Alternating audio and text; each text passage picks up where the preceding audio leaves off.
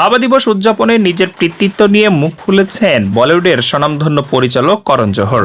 যমজ সন্তান জোশ ও রুহিকে নিয়ে তার অভিজ্ঞতা যেমন আবেগময় তেমনি অনুপ্রেরণা যোগায়। 2017 সালে সারোগেসির মাধ্যমে বাবা হওয়ার সিদ্ধান্ত নিয়েছিলেন পরিচালক প্রযোজক করণ জোহর। সেই সময়ের সাহসী পদক্ষেপ আজ 8 বছর পেরিয়ে এক উজ্জ্বল উদাহরণ হয়ে উঠেছে।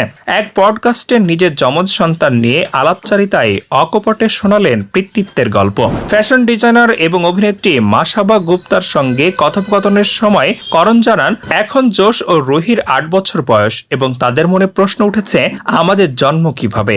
সন্তানদের এই প্রশ্নে করণের জবাব, এখন পর্যন্ত আমি ওদের বলেছি তোমরা এসেছো আমার হৃদয় থেকে, তবে খুব শীঘ্রই এ প্রসঙ্গে ওদের সঙ্গে একটা খোলামেলা আলাপ করতে হবে। পিতৃত্বের যাত্রা যে সহজ ছিল না তা স্বীকার করে নিয়েছেন করণ, তবে সেটাই তার জীবনের সবচেয়ে সেরা সিদ্ধান্ত বলে জানান তিনি। করণের কথায়, আমার মা হিরু জোহরের সঙ্গে জোশ আর রুহিকে বড় করা আমার জীবনের শ্রেষ্ঠ সিদ্ধান্ত, সবচেয়ে কঠিন কিন্তু সবচেয়ে সুন্দর।